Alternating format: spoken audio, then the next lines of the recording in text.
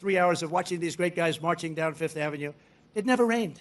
And then I thought to myself, global warming, they're telling us what's going to happen in 250 years to our planet, but they can't tell us it's going to rain 3 hours before the event.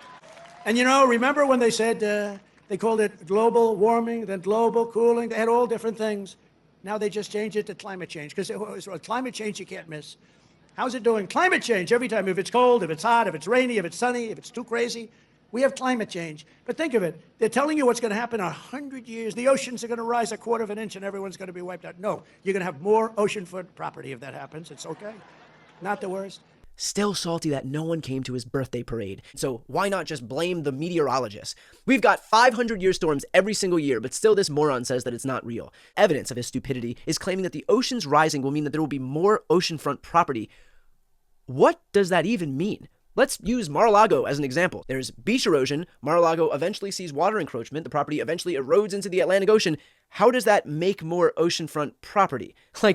I legitimately don't even understand what he's saying, and I don't think he understands what he's saying either. So every one of our national park, battlefields, and historic sites are going to have special events in honor of America 250. And I even think we're going to have a UFC fight. Does anybody watch UFC, the great day in the world? We're going to have a UFC fight. We're going to have a UFC fight. Think of this, on the grounds of the White House. We're going to have a UFC fight, championship fight, full fight, like 20, 25,000 people. And we're going to do that as part of 250 also. We're going to have some incredible events, some professional events, some amateur events. But the UFC fight's going to be a big deal too. And priorities, am I right? The guy just ushered through a bill that'll destroy the last lifelines for millions upon millions of Americans. And this guy is focused on the stuff that really matters. Hosting UFC matches on the White House lawn.